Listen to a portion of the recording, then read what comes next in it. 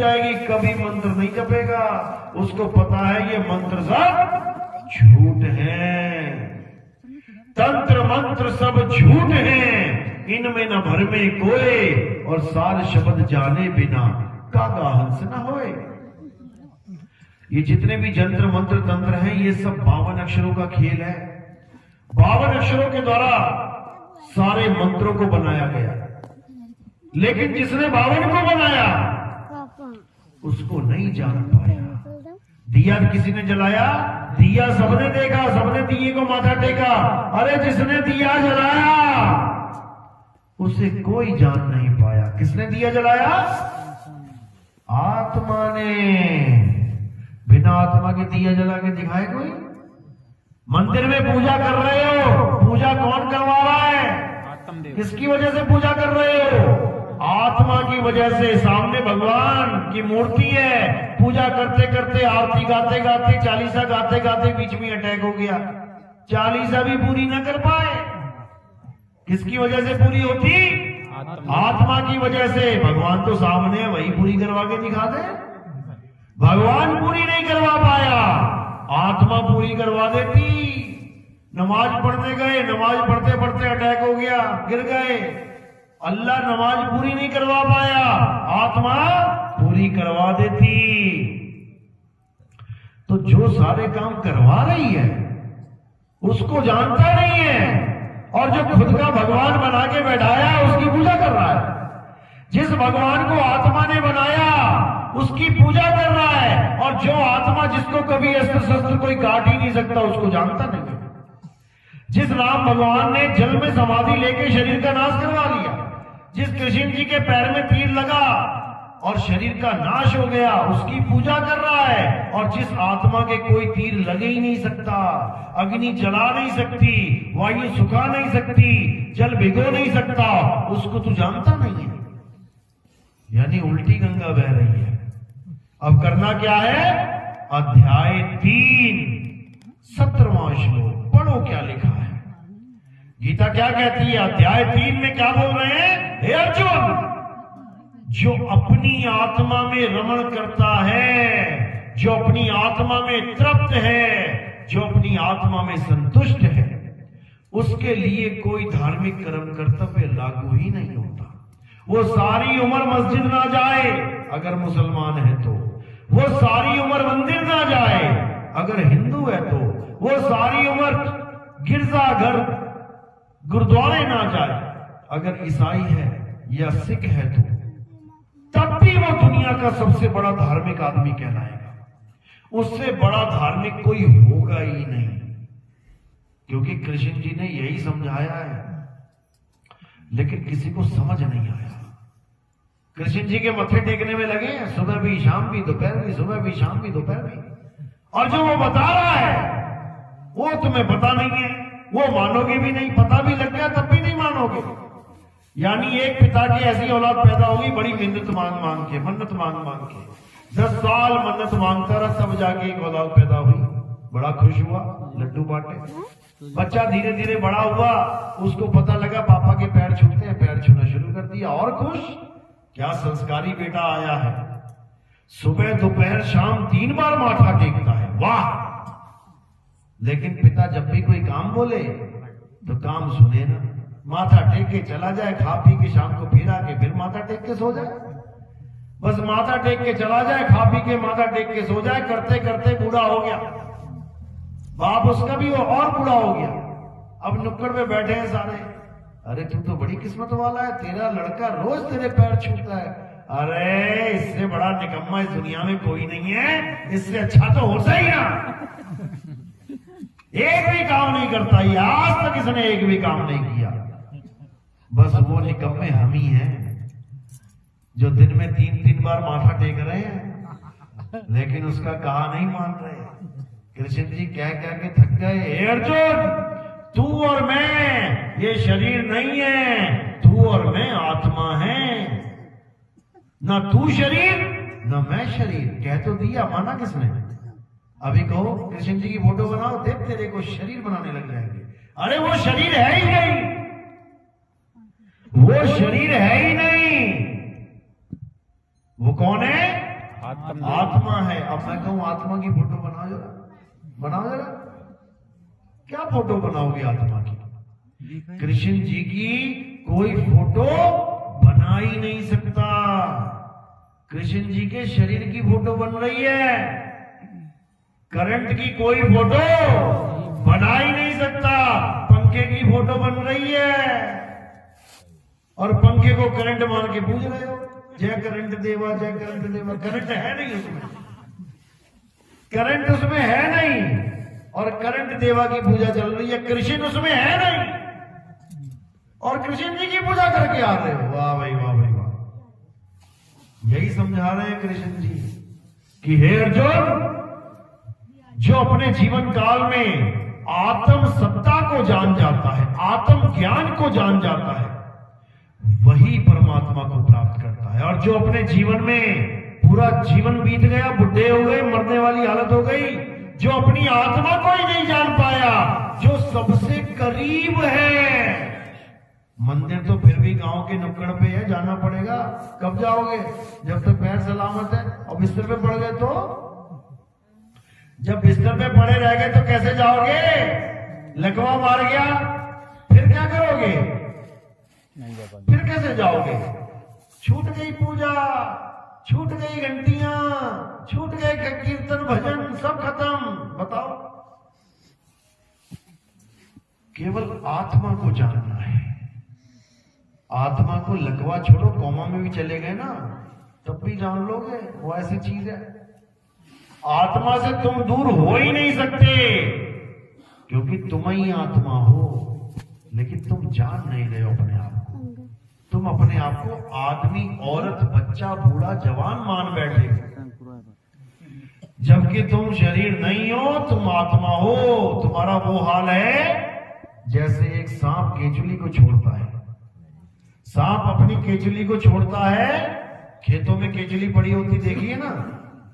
केचुली का मतलब होता है सांप की पूरी शरीर की खाल, कवर, ट्यूब की तरह खोखली होती है वो, जैसे ट्यूब अंदर से खोखली है ना। अब वो कांचली, कांचली बोलते हैं। तो कांचली छोड़ के जब सांप निकल जाता है तो क्या सांप मर जाता है? नहीं मरता। बस इसी प्रकार तुम भी कांचली छोड़ रहे। तुम्हारी कांचली कहाँ है? ये है तुम्हारी कांचली। एक कांचली छोड़ी, दूसरी पकड़ ली माँ के गर्भ में जाके, फिर निकल आए बाहर। फिर छोड़ी, तीसरी पकड़ ली माँ के गर्भ में जाके, फिर निकल आए बाहर। कहां से आए तुम लोग? कहां से आए सारे? माँ के गर्भ से फैक्ट्री लगी है गर्भ में, और प्रोडक्ट ये बैठे हुए सारे बना बना के निकाल रही है। दिन तेरी को, दिन तेरी को, दिन रात ये फैक्ट्री लगी हुई है। इसी को कुंभी नरक कहते हैं। इसी नरक में सबके शरीर बनाए जाते हैं। नरक क्यों बोला इसको? क्योंकि ये बहुत गर्म होता है। गर्म, बहुत गर्म होता है। इतना गर्म होता है कि कच्चे घड़े को पका देता है। जैसे भट्टा होता है ना, भट्टे में कच्चा घड़ा डाल दिया, अब एकदम तनतनाता हुआ आएगा, लाल होके बिल्कुल पक्का। इसी प्रकार जब हम गर्भ में गए थे माँ के गर्भ में, तो कच्चे गए थे, कच्चा शरीर लेके गए थे, लेकिन गर्भ में पड़े, देखो फिर कैसा पक्का कर दिया उसने। जो लोग कहते हैं कि नरकों में बहुत बड़े बड़े बड़े बड़े पतीले रखे हैं, कढ़ाइयां रखी हैं, उसमें खूब तले जाओगे, पकोड़े बना दिए जाएंगे तुम्हारे, वो यही है कढ़ाई, यही है कुंभी नरक। जैसे पकोड़े होते हैं ना गीले गीले से, जब उठाओ तो गीले होते हैं बेसन वाले, देखे ना पकोड़े बनते हैं, और जैसे कढ़ाई में फेंकते तो क्या हो जाता है? ठोस हो जाते हैं। तो ऐसे हम लोग भी गए थे गीले गीले माँ के गर्भ में, और जब कढ़ाई में पड़ गए, तल तल के बढ़िया पकोड़े बन गए, देखो बाहर निकल के बैठे हुए। जो ज्यादा तल गया वो ज्यादा काला हो गया, जो कच्चा रह गया जल्दी निकल आया वो गोरा गोरा हो गया। ये सब पकोड़े ही हैं, ये सब पकोड़े हैं, और इनका एक दिन फिर सत्यानाश हो जाएगा, यही छूट जाएगा, ये शरीर, ये पकोड़े, फिर चले जाएंगे दूसरे गर्भ में। ये चलता ही रहेगा, आते रहोगे जाते रहोगे, ये चक्कर कभी खत्म होने वाला नहीं है। ये कब खत्म होगा? जब तुम अपनी आत्मा को जान जाओगे। जब तुम अपनी आत्मा को जान जाओगे तब तुम ही आत्मा हो जाओगे, और जब तुम आत्मा हो गए तो शरीर की कोई जरूरत ही नहीं रह जाएगी। अभी शरीर की जरूरत क्यों है? क्योंकि हमें यही नहीं पता कि शरीर के बिना हम रहे कहां। पिंजड़े में तोता है और तोता कह रहा भैया मैं पिंजड़े में खुश हूं, मुझे पिंजड़े में रहने तो भैया बाहर मत निकाल देना। कोई आदमी बंदूक लेके आता है ना तो तोता क्या कहता है, भैया भैया मुझे अंदर ही रहने दो भैया, मैं बाहर नहीं निकलना चाहता। क्योंकि तोते को पता ही नहीं है मैं शरीर छोड़ के जाऊं कहां। इसी बंधन को अपना जीवन मान के बैठा है कि जब तक मैं अंदर हूं शरीर के, मैं जीवित हूं, मैं जिंदा हूं। और शरीर से बाहर निकाल दिया किसी ने तो मैं मर गया। यानी सांप जब तक केचुली में है कह रहा है मैं जिंदा हूं, मैं जिंदा हूं। केचुली छोड़ के बाहर निकल गया तो कहता हाय मैं मर गया। मर जाएगा क्या? नहीं मरेगा। अब बस यही समझना है, जब तुम आत्मा हो जाते हो तब शरीर से तुम्हारा कोई कनेक्शन नहीं रह जाता। अब शरीर केवल एक केचुली की तरह है, जब तक ढो रहे हो। जैसे केचुली छोड़ने का समय आया किनारे करके निकल गए। बस यही करना है और कुछ नहीं। तो आत्मा के ज्ञान में क्या करना है? अपनी सूरत को, अपने ध्यान को शरीर से हटा के आत्मा में लगाना है। सारा ध्यान तुमने शरीर में लगा रखा है, इसलिए आत्मा का तुम्हें ज्ञान नहीं है, क्योंकि तुम्हारा ध्यान आत्मा में है ही नहीं। तुम्हारा ध्यान केवल इस काया में है, इस पिंजड़े में है, इस जेल में है। ये जेल है तुम्हारी 5 तत्व की और इसमें तुम रहते हो जेल में। और ये जेल तुम्हें इतनी प्यारी है कि बिना नहाए धोए, पाउडर लगाए, बिंदी लगाए, लिपस्टिक लगाए, सिंदूर लगाए बिना तुम जा ही नहीं सकते बाहर। इस जेल को सजा सजा के तब तुम बाहर निकलते हो घर से बाहर। सोचो कोई काजल ऐसे की जगह ऐसे लगा लेना, अगर ऐसे बाहर नहीं जा सकती, जाके दिखा देना, कोई नहीं जा सकती। ये पिंजड़ा है, इस पिंजड़े से इतना मोह है कि हल्का सा पिंजड़े की हल्की सी लाइन लगी हो कहीं पे, बाल भी ऐसे नहीं है तो बाल भी सीधा कर लेते हैं एकदम। इतना पिंजड़े से प्रेम है। और जो तुम्हारा असली स्वरूप है आत्मा, उसका तुम्हें कुछ पता ही नहीं है कि मैं हूं क्या। अब क्या करना है? अब आत्म ज्ञान को प्राप्त करना है। आत्म ज्ञान का मतलब तुम्हें तुम्हारा ज्ञान हो जाए। आत्म ज्ञान का मतलब ये नहीं होता कि तुम किसी और के नाम जपो, Om Om Om Kalinga Kalinga Kalinga hurrying hurrying sharing sharing sharing. नहीं, ये किसी और के नाम जप रहे हो, ये आत्म ज्ञान नहीं है। आत्म ज्ञान का मतलब खुद का ज्ञान। जैसे आत्म कथा, आत्म कथा का मतलब क्या? गांधी जी की कथा लिखोगे? आत्म कथा का मतलब खुद की कथा।